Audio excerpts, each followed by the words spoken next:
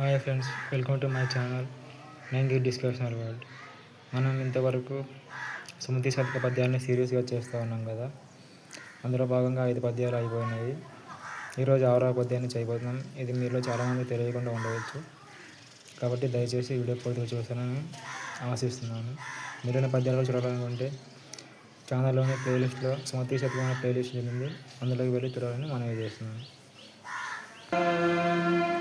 అప్పుగొని చేయు విభవము, అప్పుగొని చేయు విభవము, ముప్పున ప్రాయం పుటాలు, ముప్పున ప్రాయం పుటాలు, మూర్ఖుని తపమున్, మూర్ఖుని తపమున్, దెప్పరమైన పరాజము, దెప్పరయన పరాజము, దెప్పరయన పరాజము, దెప్పరమై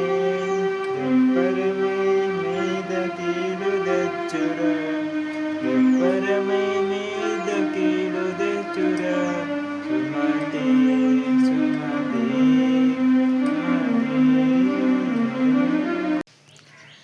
ఇంతవరకు పద్యాన్ని విన్నారు కదా. ఒకసారి పద్యాన్ని మరొకసారి చూద్దామండి. అప్పుగొని చేయు విభవము, ముప్పున ప్రాయం పుటాలు, మూర్ఖుని తపమున్, దెప్పరయని నృపరాజ్యము, దెప్పరయని నృపరాజ్యము, దెప్పరమై మీద కీడు తెచ్చు సుమతి, దెప్పరమై మీద కీడు తెచ్చు సుమతి. పద్యాన్ని విన్నారు కదా. దీని భావాన్ని ఒకసారి వివరించుకొని వినండి. ఏంటంటే అప్పుగొని చేయి విభవం అంటే మనం అప్పు చేసి ధనం సంపాదించవచ్చు, అప్పు చేసి ఏదైనా దాన ధర్మాలు చేయొచ్చు, అప్పు చేసి ఏదైనా గొప్ప గొప్ప పనులు చేయొచ్చు. తర్వాత ముప్పున ప్రాయం పుటాలు అంటే ముసలితనంలో పలిచే పిల్లను వివాహము చేసుకోవచ్చు. తర్వాత మూర్ఖుని తపము అంటే మూర్ఖుడు కూడా తపస్సును ఆచరించవచ్చు. తర్వాత దెప్పరయని నృపరాజ్యం అంటే దోషాన్ని గమనించలేని రాజు ఉండవచ్చు. అంటే ఒక వ్యక్తి తప్పు చేసినాడు కూడా అతని తప్పును గమనించని రాజు ఉండవచ్చు. వీటన్నింటి వలన దెప్పరమై మీద కీడు వచ్చు సుమతి అంటున్నాడు. అంటే వీటన్నింటి వలన ఏదో ఒక రోజు కీడు వస్తుందని దీని అర్థం. ఎలాగంటే చూద్దాం.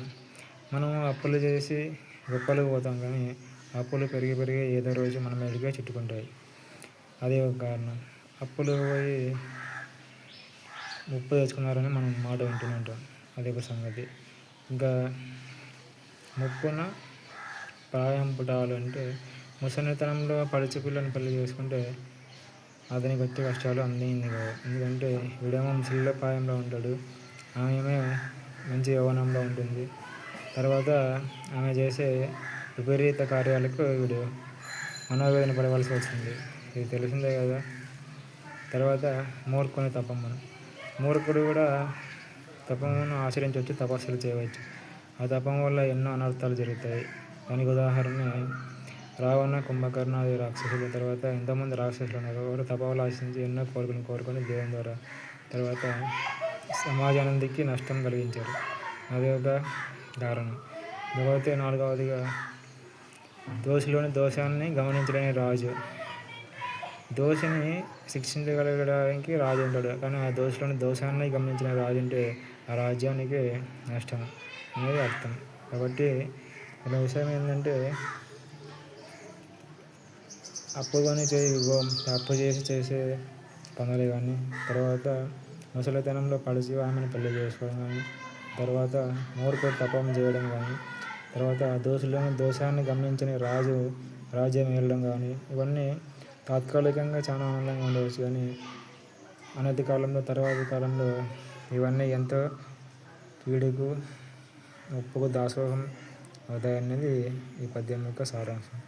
Thanks for watching my video. ఇలాంటి మరిన్ని వీడియోల కోసం నా ఛానల్ సబ్స్క్రైబ్ చేసుకోండి. Signing off. బై.